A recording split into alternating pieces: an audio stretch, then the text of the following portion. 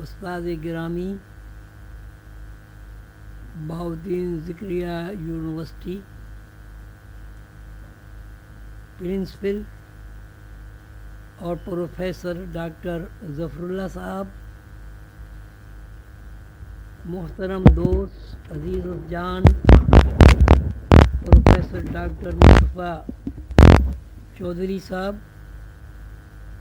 سابقہ vice chancellor Bahauddin Zakariya university Multan, عزیز گرامی قدر صبر منیر راؤ صاحب، عزیز الجان نور چشمی جناب قمر طارق صاحب، نگراں مراقبہ حال ملتان، خواتین و حضرات حاضرین مجلس، السلام علیکم۔ اللہ تعالیٰ کی رحمت اور سلامتی ہو آپ سب پر۔ آج بہت مبارک اور سعید دن ہے کہ آپ سب حضرات سیدنا حضور علیہ الصلاۃ والسلام کی تعریف و توصیف کے لیے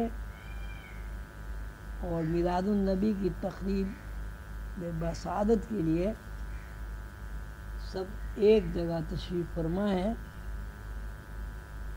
میری بھی یہ خوش نصیبی اور سعید بختی ہے کہ مجھے بھی ایک اور موقع فراہم ہوا ہے کہ میں مدحت شان رسول صلی اللہ علیہ وسلم میں کچھ معروضات پیش کروں۔ آپ سب خواتین و حضرات اور اساتذہ کرام سے درخواست ہے کہ وہ دعا فرمائیں، اللہ تعالیٰ مجھے توفیق عطا فرمائیں کہ میں رسول اللہ صلی اللہ علیہ وسلم کی سیرت طیبہ پر جو بھی کچھ عرض کروں وہ عین اللہ تعالیٰ اور سیدنا حضور علیہ الصلاۃ والسلام کی مرضی منشا کے مطابق ہو، اور جو کچھ میں عرض کروں اس میں جو لغزشیں ہوں اللہ تعالیٰ مجھے معاف فرمائے۔ اعوذ باللہ من الشیطان الرجیم۔ عزیزان گرامی قدر، سیدنا حضور علیہ الصلاۃ والسلام کی سیرت طیبہ پر 1400 سال سے مسلمان اور غیر مسلم اپنا عقیدت، بدعت اور شان رسول صلی اللہ علیہ وسلم کے سلسلے میں اپنے جذبات کا اظہار فرماتے ہیں، اور سیدنا حضور علیہ الصلاۃ والسلام کی روشن تعلیمات کا بار بار اعادہ کرتے ہیں۔ عزیزان گرامی قدر، جیسا کہ ہم جانتے ہیں کہ دنیا میں بہت سارے علوم رائج ہیں، اور ان علوم کا تسلسل حضرت آدم علیہ السلام سے شروع ہو کر خاتم النبیین حضرت محمد رسول اللہ صلی اللہ علیہ وسلم تک اللہ تعالیٰ کے ایک خاص انتظام و انسلام کے ساتھ نوع انسانی کے لیے محفوظ ہے۔ سیدنا حضور علیہ الصلوۃ والسلام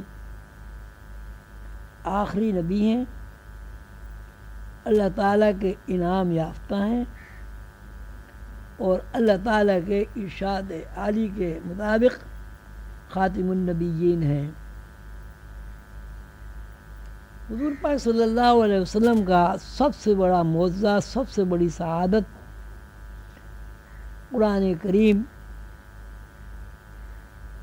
کا اجرا ہے اور قرآن پاک کی تعلیمات ہیں۔ قرآن پاک کے علوم پر جب تفکر کیا جاتا ہے تو ہمیں بے شمار علوم کے ساتھ ساتھ اجمالی طور پر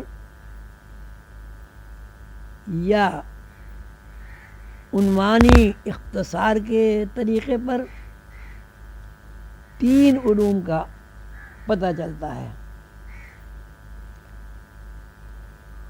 قرآن پاک کے 3 علوم میں ایک علم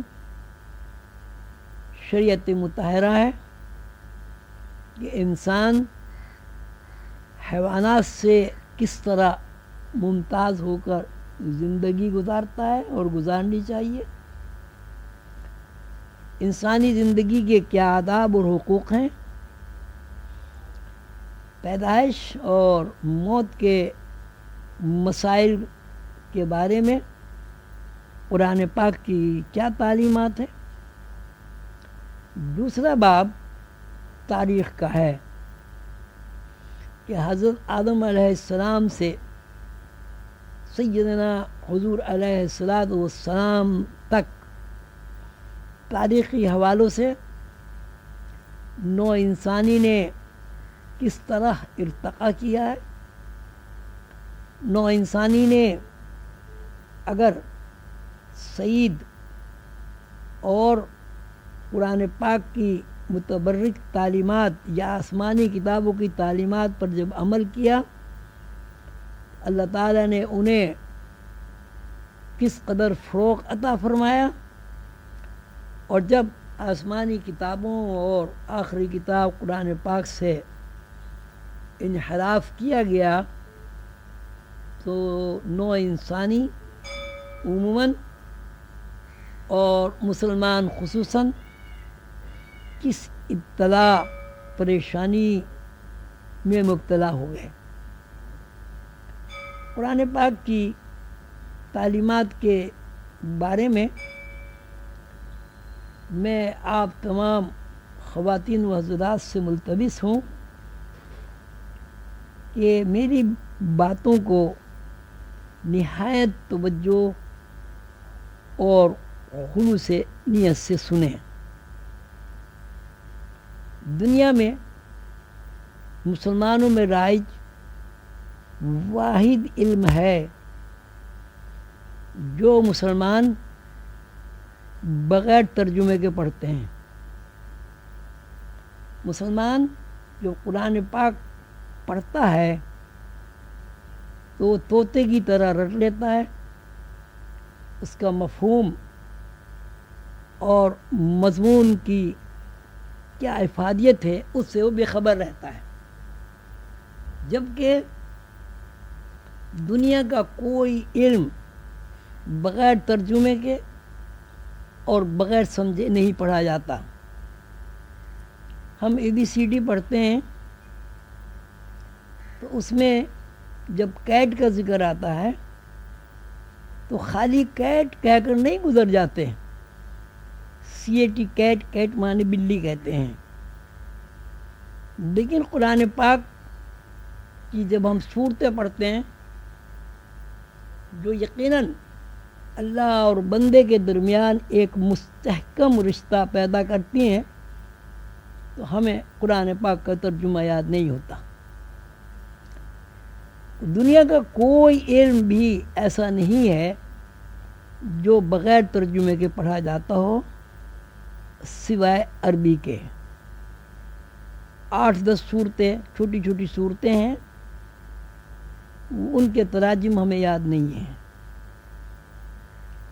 پھر دوسری بات یہ ہے جو بہت تلخ حقیقت ہے اور جس پر یقیناً مجھے، آپ کو اور پورے عالم اسلام کو توجہ دینے کی ضرورت ہے، وہ یہ ہے کہ قرآن پاک کے علوم کے حصول کے لیے ناقابل ذکر وقت دیا جاتا ہے۔ قرآن پاک کے علم کے سلسلے میں آپ سب بھی جانتے ہیں، میں بھی جانتا ہوں کہ مولوی صاحب گھروں میں تشریف لاتے ہیں اور مشکل سے آدھا گھنٹہ قرآن پڑھا کر وہ واپس چلے جاتے ہیں، اور یہ آدھا گھنٹہ، یہ 1 گھنٹہ روز بھی نہیں ہوتا، اس میں بھی سب سے زیادہ چھٹیاں قرآنی تعلیمات میں ہوتی ہیں۔ 2 سال میں قرآن پاک ختم ہو جاتا ہے، جو کسی بھی صورت سے سینکڑوں کے گھنٹوں سے زیادہ نہیں ہوتا۔ اور متضاد اس میں یہ ہے کہ دنیا کا کوئی علم بغیر ترجمے کے نہیں پڑھا جاتا، اور قرآن پاک اللہ کا کلام ایسا ہے کہ ہمیں 8-10 سورتیں جو یاد ہوتی ہیں، ہم ان کے تراجم سے بھی نابلد ہوتے ہیں۔ ہم جب انگریزی پڑھتے ہیں، ہم جو اردو پڑھتے ہیں، ہم جب پشتو پڑھتے ہیں، اردو پڑھتے ہیں، تو تراجم کے ساتھ پڑھتے ہیں، لیکن عربی واحد زبان ایسی ہے کہ جس کو بغیر ترجمے کے پڑھا جاتا ہے۔ اب ماشاءاللہ سب پڑھے لکھے لوگ ہیں، انٹلیکچوئل ہیں۔ اب غور فرمائیں کہ اگر کسی علم کا مادری زبان میں آپ کی ترجمہ نہ ہو تو اس علم کی افادیت کیا ہوگی؟ اس کا نتیجہ یہ نکلا کہ جتنے خیالات، توہمات، متشابہات نماز میں ہمیں لگتے ہیں، اتنا گانا سننے میں ہمیں متشابہ نہیں لگتے۔ کیوں؟ اس لیے کہ گانا جب ہم سنتے ہیں تو اس کا ترجمہ ہمارے ذہن نشین ہوتا ہے۔ تو پہلی بات تو یہ ہے، اللہ تعالیٰ ہم سب کو معاف فرمائے، یہ کسی بھی طرح علم کی عزت اور پذیرائی نہیں ہے، بلکہ یہ ناشکری ہے۔ جب دنیا کا کوئی علم بغیر ترجمے کے انسان نہیں پڑھ سکتا، یا بغیر ترجمے کے کوئی انسان علم میں کوئی سند حاصل نہیں کر سکتا، تو یہ قرآن پاک کے ساتھ یہ زیادتی کیوں ہے کہ انسان چھوٹی چھوٹی صورتیں بھی اگر پڑھتا ہے تو اس کا بھی ترجمہ اسے یاد نہیں ہوتا ہے۔ لوگ کہتے ہیں کہ نماز میں یکسوئی نہیں ہوتی، ذہن بھٹکتا ہے، دنیا بھر کے خیالات ستاتے ہیں۔ میری دانش میں اس کی بڑی وجہ یہی ہے کہ ہم قرآن کے عربی الفاظ تو پڑھتے ہیں، لیکن ان کے تراجم سے واقف نہیں ہیں، اور جب تراجم سے واقف نہیں ہیں تو مفہوم سے بھی بے خبر ہیں۔ عزیزان گرامی قدر، قرآن پاک کی تعلیمات ہم سینکڑوں گھنٹوں پر حاصل کرتے ہیں، وہ بھی بغیر ترجمے کے، لیکن دوسرے علوم مثلا میٹرک کرتے ہیں، پہلے تو 10 سال میں ہوتا تھا، اور میٹرک جو ہے 12.5 سال میں ہوتا ہے، اور شروع سے ہی CAT کیٹ مانے بلی، خالی کیٹ ہمیں نہیں پڑھایا جاتا۔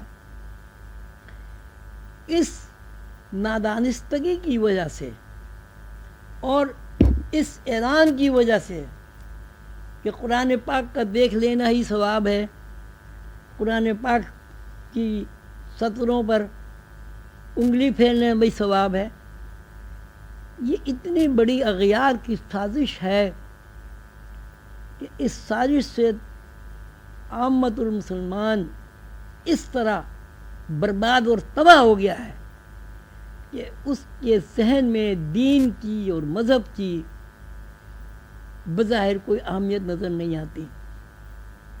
عزیزان گرامی قدر، اگر آپ کے بچوں کو ABCD اس طرح پڑھائی جائے جس طرح قرآن پاک پڑھایا جاتا ہے، تو کیا آپ کے بچے کسی ادارے میں ملازمت کر سکتے ہیں؟ کیا آپ اس بچے کو تعلیم یافتہ کہہ سکتے ہیں؟ کیا یہ علم کے ساتھ انصاف ہوگا؟ آپ کا ایک ہی جواب ہوگا، یہ انصاف نہیں ہوگا۔ عزیزان محترم، جب ہم قرآن پاک کو ترجمے کے ساتھ نہیں پڑھیں گے تو قرآن کا مفہوم ہمارے اوپر کس طرح واضح ہوگا؟ جب قرآن کا مفہوم ہمارے اوپر واضح نہیں ہوگا تو اللہ تک ہماری رسائی کس طرح ہوگی؟ اللہ سے تعلق کس طرح قائم ہوگا؟ محض طوطے کی طرح رٹ لینا، مثلا ایک طوطا کہتا ہے بیوی کا میٹھو چوری کھائے گا، تو بیوی کا میٹھو چوری کھائے گا، یہ طوطے کی زبان نہیں ہے، نہ طوطا اس بات کو جانتا ہے میں کیا کہہ رہا ہوں۔ میرے عزیز دوستو، ماشاءاللہ یہاں اجتماع پڑھے لکھے لوگوں کا ہے، اس طرف بہت زیادہ توجہ کی ضرورت ہے۔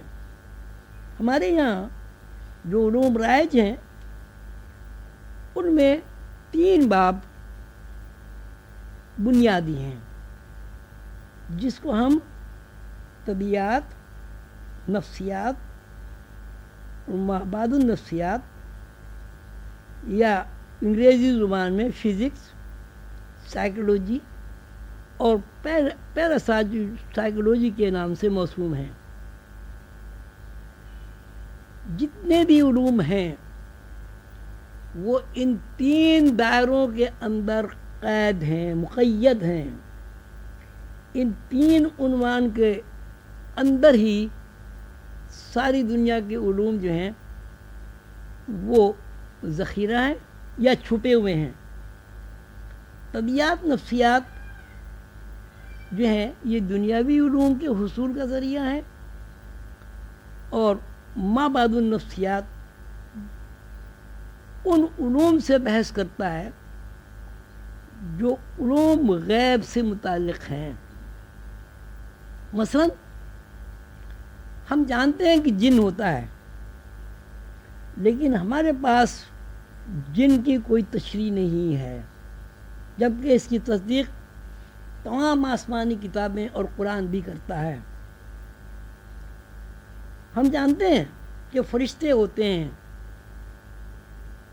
مسلسل اور متواتر خبریں متواتر کی حیثیت سے ہمیں معلوم ہے کہ فرشتے ہوتے ہیں، لیکن فرشتوں کے بارے میں ہمارا کوئی علم نہیں ہے کہ فرشتے کیا ہیں۔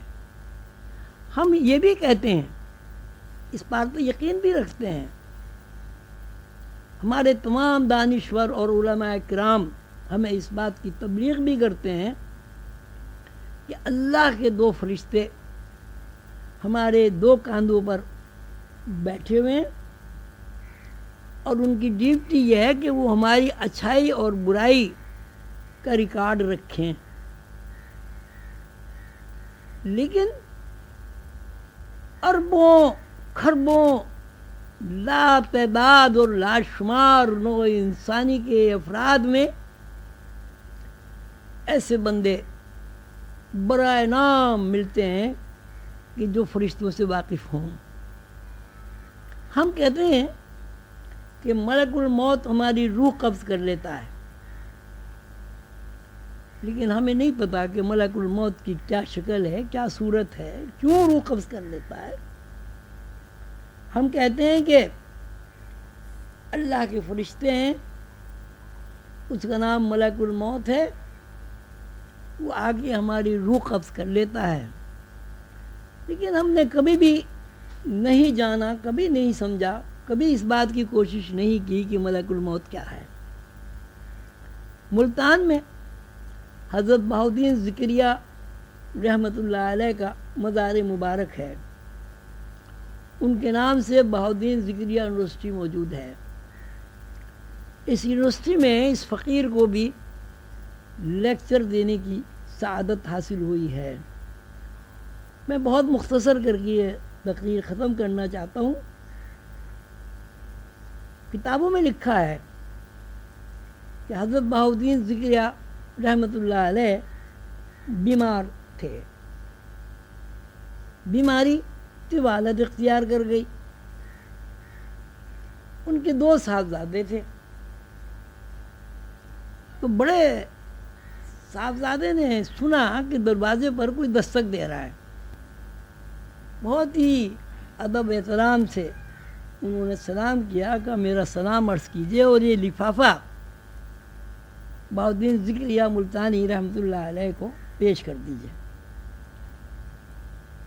صاحبزادے وہ لفافہ لے کر اپنے والد بزرگ کے پاس حاضر ہوئے ہیں اور یہ کہا کہ باہر کوئی صاحب کھڑے ہیں، وہ یہ خط دیا ہے انہوں نے۔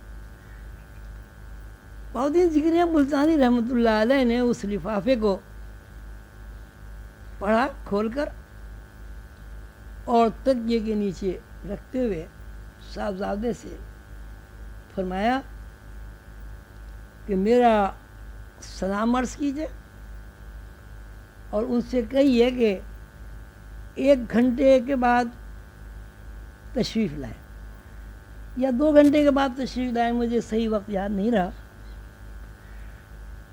تو انہوں نے اس عرصے میں جو ضروری کام تھے اس میں امانتیں بھی تھیں اور دوسری نصیحتیں بھی تھیں، وہ اپنے بچوں کو بتائیں سنائیں اور وہ لیٹ کر اس دنیا سے دوسری دنیا میں تشریف لے گئے۔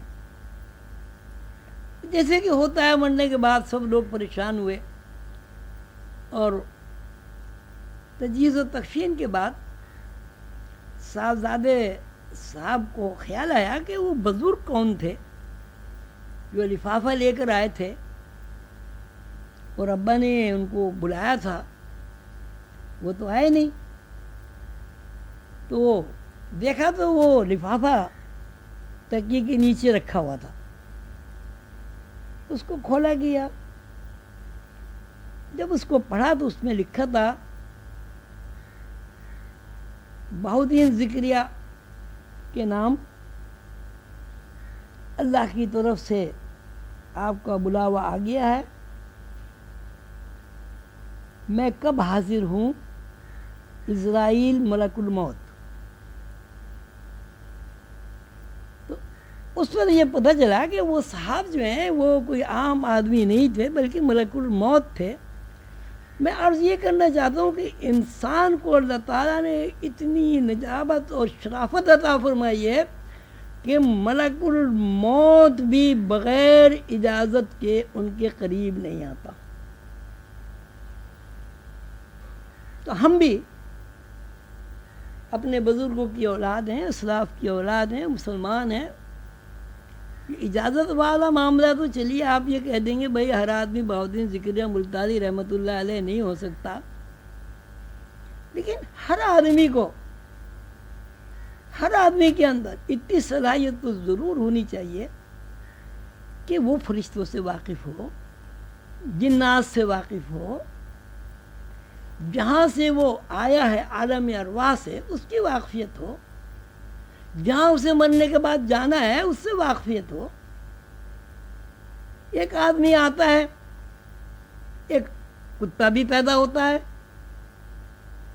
تو کتا بھی فرشتے سے واقف نہیں ہے، کتے کو بھی اس بات کا علم نہیں ہے کہ میں مرنے کے بعد میرے ساتھ کیا ہوگا، وہ فرشتوں کو بھی نہیں جانتا، وہ جہاں سے آیا اس عالم کو نہیں جانتا، جہاں جائے گا اس عالم کو نہیں جانتا، اور اس زندگی میں جو کچھ کیا ہے اس اعمال کی جزا سزا کے بارے میں نہیں جانتا، میرے ساتھ کیا پیش آئے گا۔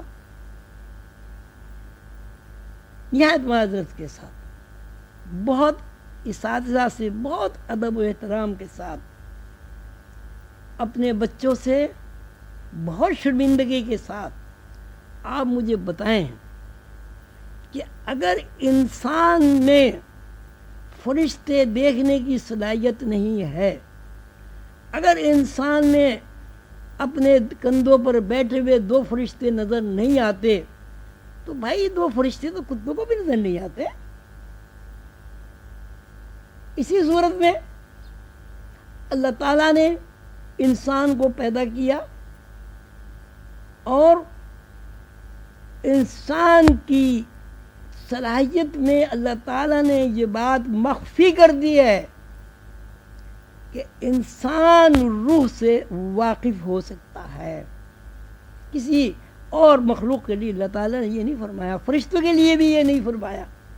یسألونک عن الروح, اے پیغمبر صلی اللہ علیہ وسلم, لوگ روح کے بارے میں سوال کرتے ہیں. قل الروح من امر ربی, آپ ان لوگوں کو بتا دیجئے کہ روح میرے رب کا امر ہے یا امر سے ہے.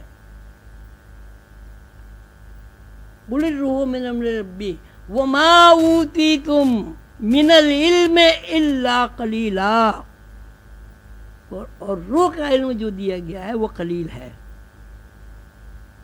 قرآن پاک کی اس آیت مبارک کی روشنی میں, انوار میں, یہ بات پوری طرح واضح ہو چکی ہے کہ روح کا علم اللہ تعالیٰ نے عطا فرمایا ہے. وَمَا أُوتِيتُم مِّنَ الْعِلْمِ إِلَّا قَلِيلًا, یہ تو ہے کہ روح کا علم اللہ تعالیٰ کے علوم کے مقابلے میں قلیل ہے, کم ہے. لیکن اللہ تعالیٰ کی ذات, اللہ تعالیٰ کی ہستی, اللہ تعالیٰ کی ملوکیت, اللہ تعالیٰ کی بادشاہت اتنی بڑی ہے, اتنی بڑی ہے کہ خود اللہ تعالیٰ نے قرآن پاک میں فرمایا کہ تمہارے سارے درخت, زمین کے درخت قلم بن جائیں, اور تمہارے سارے سمندر روشنائی بن جائیں, اللہ کی باتیں لکھی جائیں, تو سمندر بھی ختم ہو جائیں گے اور درخت کا وجود بھی ختم ہو جائے گا, لیکن اللہ تعالیٰ کی باتیں پوری نہیں ہوں گی, اللہ تعالیٰ کی باتیں پھر بھی باقی رہیں گی. وَمَا أُوتِيتُم مِّنَ الْعِلْمِ إِلَّا قَلِيلًا, کہ ہم نے تمہیں علم قلیل دیا ہے, لیکن بات وہی ہے کہ سمندر کا قلیل بھی دریا ہوتا ہے, اور دریا کا قلیل بھی نہر ہوتی ہے, اور نہر کا قلیل بھی واٹر کورس ہوتا ہے. تو یہ بھی تو دیکھنا ہے کہ کس کا قلیل, اللہ تعالیٰ کا قلیل. وَمَا أُوتِيتُم مِّنَ الْعِلْمِ إِلَّا قَلِيلًا. حضور قلندر بابا اولیاء رحمۃ اللہ علیہ نے لوح قلم پڑھاتے ہوئے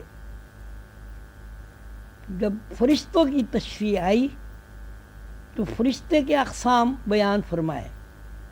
4 فرشتے انہوں نے بتائے, ملائکہ اعلیٰ, ملائکہ نوری, ملائکہ سماوی اور ملائکہ انصری.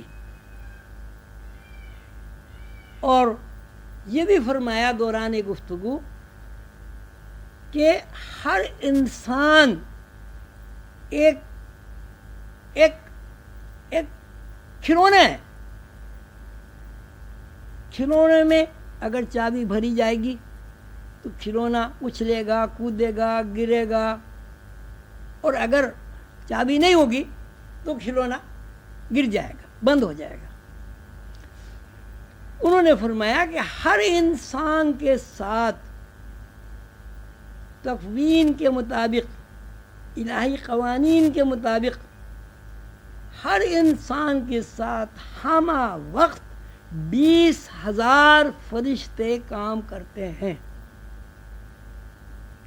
ان میں یہ فرشتے بھی ہیں, کرامن کاتبین بھی ہیں. تو آپ غور فرمائیں کہ انسان ایک کمپیوٹر ہے, اس کمپیوٹر کے بے شمار پرزے ہیں, چپس ہیں, چپ لگے ہوئے ہیں اس میں. تو اگر ایک کمپیوٹر میں 20,000 چپس لگے ہوئے ہیں تو دراصل کمپیوٹر کی کارگزاری ان چپس کے مرہون منت ہے. اسی طرح ہر انسان کی حرکات و سکنات میں اللہ تعالیٰ کے بنائے ہوئے قانون کے تحت 20,000 فرشتے کام کرتے ہیں. کتنی بد نصیبی ہے, کیسی یہ حرمان نصیبی ہے, کیسی یہ شومی قسمت ہے کہ ہر انسان 20,000 فرشتوں کا ایک کمپیوٹر ہے اور انسان اس سے واقف نہیں ہے. اب حضرات کا مجھے پتہ نہیں مجھے کتنی دیر بولنا چاہیے. بہرحال میں اپنی بات کو مختصر کرتا ہوں. وہ یہ کہ اگر انسان فی الارض خلیفہ کی علم سے پھر ارض خلیفہ کی کیا کہتے ہیں ڈیوٹی سے پھر ارض خلیفہ کے کیا کہتے ہیں اداروں سے واقف نہیں ہے تو یقیناً اس کی حیثیت کتے بلیوں چمگادڑوں کووں کیڑوں گدھوں سے زیادہ نہیں ہے. اس لیے کہ اللہ تعالیٰ نے خود قرآن پاک میں فرمایا وَعَلَّمَ آدَمَ الْأَسْمَاءَ كُلَّهَا ثُمَّ عَرَضَهُمْ عَلَى الْمَلَائِكَةِ فَقَالَ أَنبِئُونِي بِأَسْمَاءِ هَؤُلَاءِ إِن كُنتُمْ صَادِقِينَ قَالُوا سُبْحَانَكَ لَا عِلْمَ لَنَا إِلَّا مَا عَلَّمْتَنَا إِنَّكَ أَنْتَ الْعَلِيمُ الْحَكِيمُ. جب فرشتوں نے حضرت آدم علیہ السلام کو سجدہ کرتے ہوئے اظہار لا علمی کیا تو اللہ تعالیٰ نے آدم کو علم الاسماء سکھایا اور فرشتوں سے کہا آدم سے کہا کہ بیان کرو تم نے کیا پڑھا کیا سیکھا. آدم علیہ السلام کے علم کو سننے کے بعد فرشتوں نے کہا یا بار تعالیٰ یا اللہ ہم تو اتنا ہی جانتے ہیں جتنا آپ نے ہمیں سکھا دیا. اس کا مطلب ہے کہ انہوں نے اس بات کا اعتراف کیا کہ آدم علیہ السلام کو اللہ تعالیٰ نے جو علم عطا فرمایا وہ فرشتے نہیں جانتے. فرشتے جب نہیں جانتے تو جنات تو خود ہی نہیں جانتے. جنات جب نہیں جانتے تو اور دوسری مخلوق بھی اللہ کی نہیں جانتی. ماشاءاللہ یہاں میرے محترم اساتذہ طلباء بڑے بڑے کیا کہتے ہیں میری بزرگ میری عمر سے بھی بڑے ہوں گے مجھ سے عقل میں بھی بہت زیادہ بڑے ہوں گے. آپ یہ بتائیں کہ اگر انسان کو علم الاسماء حاصل نہیں ہے تو کیا انسان کی فضیلت ثابت ہوتی ہے کسی صورت سے؟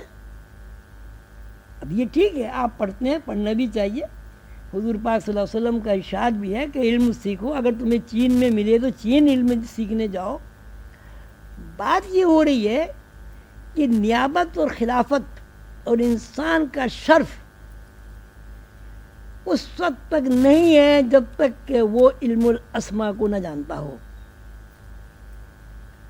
اللہ تعالیٰ مجھے اور آپ سب کو توفیق عطا فرمائے کہ ہم ان علوم کو سیکھنے کی طرف توجہ فرمائیں جن علوم کی بنیاد پر ہم انسانوں کو اشرف المخلوقات کہا گیا ہے.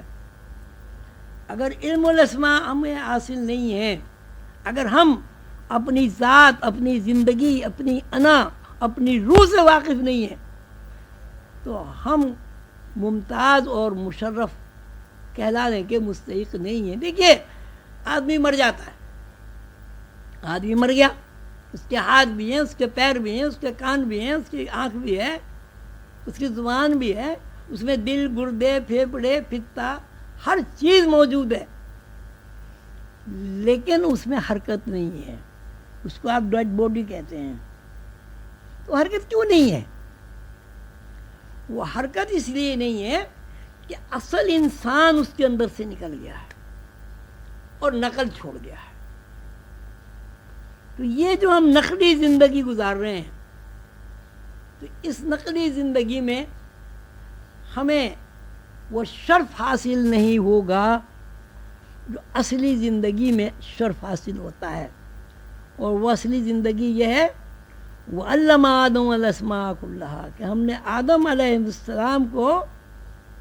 علیہ السلام کو علم الاسماء سکھا دیا ہے۔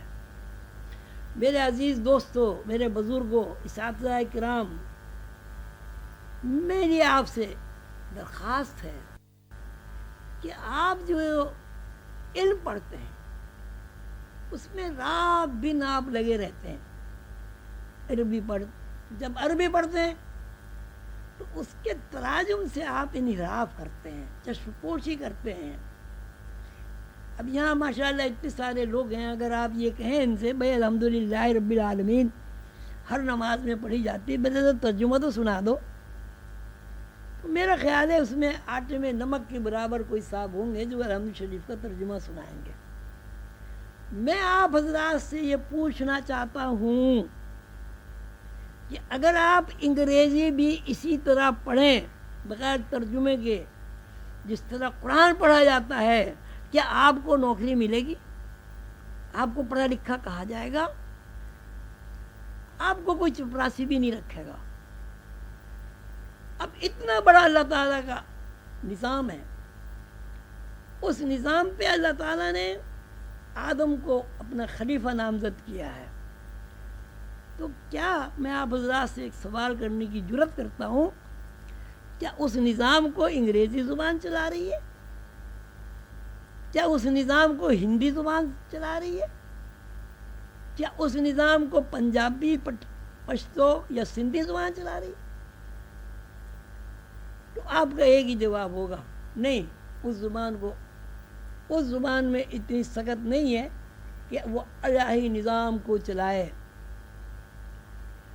البتہ عربی کی زبان ایسی ہے کیونکہ اس میں اللہ تعالیٰ نے قرآن پاک نازل فرمایا ہے سیدنا حضور علیہ الصلوۃ والسلام کے اوپر کہ اس کو پڑھنے سے، ترجمے کے ساتھ، اس کے معنی مفہوم پر غور کرنے سے آپ الہی نظام کو سمجھ بھی سکتے ہیں، اور الہی نظام میں اللہ تعالیٰ اگر چاہیں حضور پاک صلی اللہ علیہ وسلم کی محبت اور عقیدت آپ کے شامل حال ہو، اس نظام کے تحت آپ کائنات کو بھی سمجھ سکتے ہیں اور اللہ تعالیٰ کو بھی سمجھ سکتے ہیں، اور اللہ تعالیٰ کے 1,24,000 پیغمبروں کی تعلیمات کو بھی سمجھ سکتے ہیں، اور سیدنا حضور علیہ الصلوۃ والسلام سے آپ کو قرب بھی نصیب ہو سکتا ہے۔